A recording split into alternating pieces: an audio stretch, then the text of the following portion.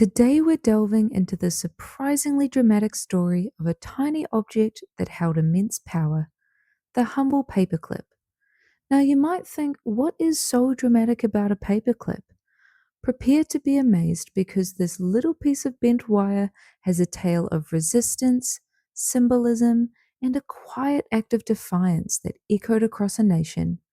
Welcome back, everyone, to Everyday History, where we uncover the little hidden histories behind everyday objects that we take for granted. Now, there's quite the debate between different countries as to who actually invented the paperclip, and for good reason too. While Samuel B. Fay snagged the first US patent in 1867 for a bent wire clip for attaching tickets to fabric, the patent did also recognize its paper holding potential. However, possibly the most famous story is that it was invented by a Norwegian man named Johan Vallier. However, his design was not as practical as the paperclip we have today, as it didn't contain the middle component, the part that actually holds paper together.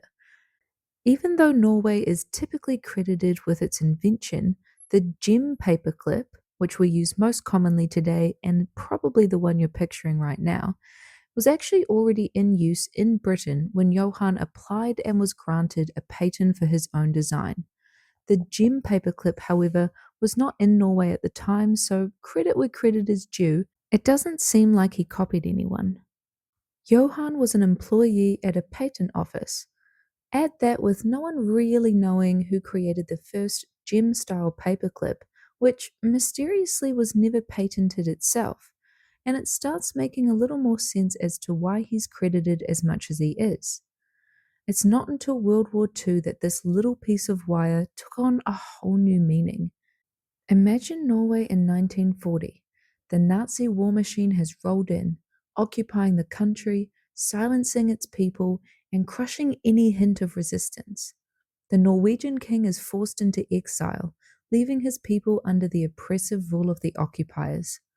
In this atmosphere of fear and uncertainty, a symbol of hope emerged, a subtle act of defiance that spread like wildfire, and that symbol, you guessed it, is the paperclip.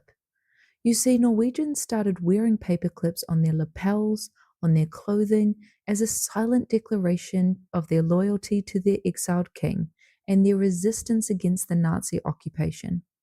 It was a simple, unassuming gesture, but it spoke volumes. Something so ordinary, so commonplace, had become a powerful emblem of solidarity, taking on the meaning we are bound together. The Nazis, of course, noticed. They saw these little metal clips popping up everywhere on people's coats, hats, pockets. Naturally, they were suspicious and soon outlawed the wearing of them. The paperclip, once a mundane office supply, had become deadly to wear. And so the paperclip became a silent language, a secret code understood by the Norwegian people. It was a way to recognize each other, to find strength in numbers, and just to know that they weren't alone in their resistance.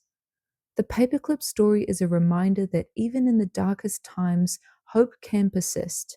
It's a story of courage and the enduring human spirit. So next time you reach for a paperclip, take a moment to appreciate its history. It's not just a tool for organizing your documents. It's a symbol of resilience and a whisper of resistance in the face of tyranny.